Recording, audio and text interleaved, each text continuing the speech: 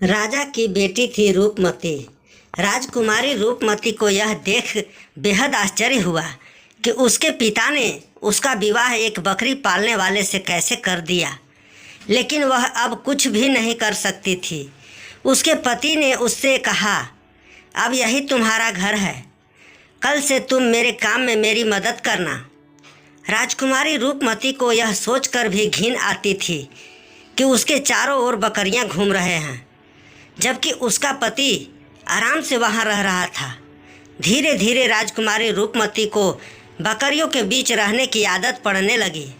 वह अपने पति की मदद भी करने लगी।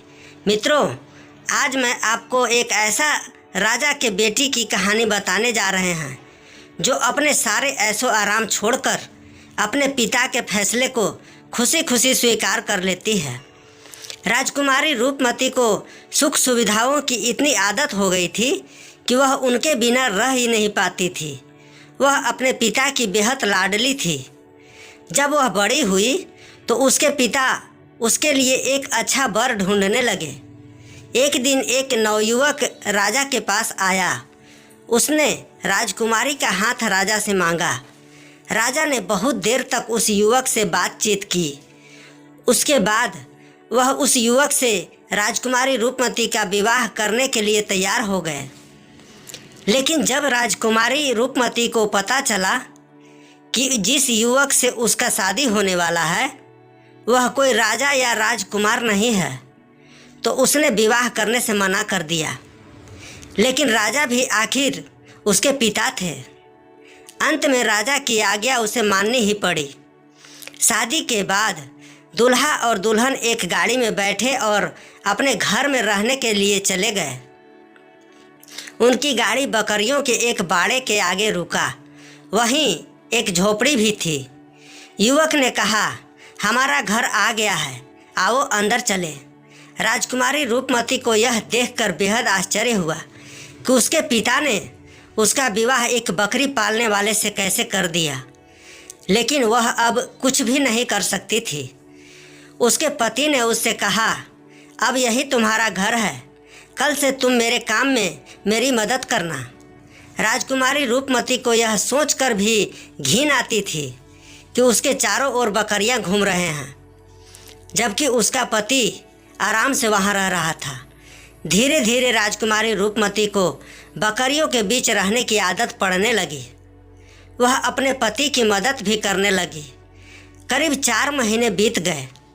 अब तक राजकुमारी रूपमती घर का सारा काम अपने आप करना सीख गई थी, बल्कि उसे यह सब करने में मज़ा आने लगा था। एक दिन अचानक उसका पति उससे बिना कुछ कहे कहीं चला गया। काफ़ी दिनों तक वह वापस ही नहीं आया। फिर वहाँ एक रथ आई। देखने में यह किसी राजा की रथ लगती थी।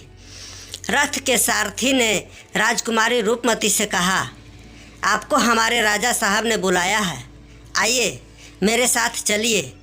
रूपमती अब कोई राजकुमारी नहीं बल्कि एक साधारण बकरी वाली थी।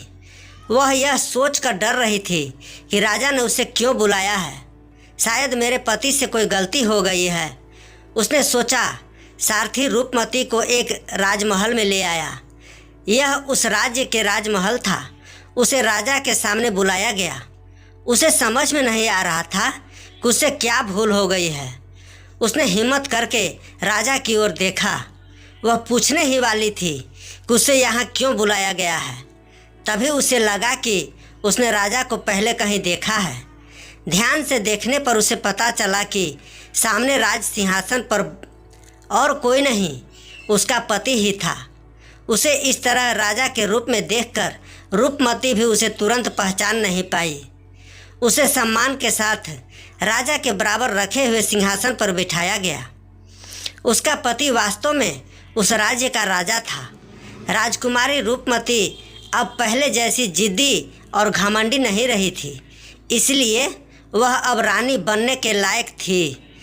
अब वह समझ गई थी कि कोई भी काम छोटा या गंदा नहीं होता। यदि आप चाहें तो हर परिस्थिति में खुश रह सकते हैं। मित्रों, आपको कहानी कैसी लगी कमेंट के माध्यम से अवश्य बताएं। कहानी पसंद आने पर लाइक और शेयर, ऐसे ही अन्य कहानी पढ़ने के लिए हमें सब्सक्राइब कर लें। धन्यवाद।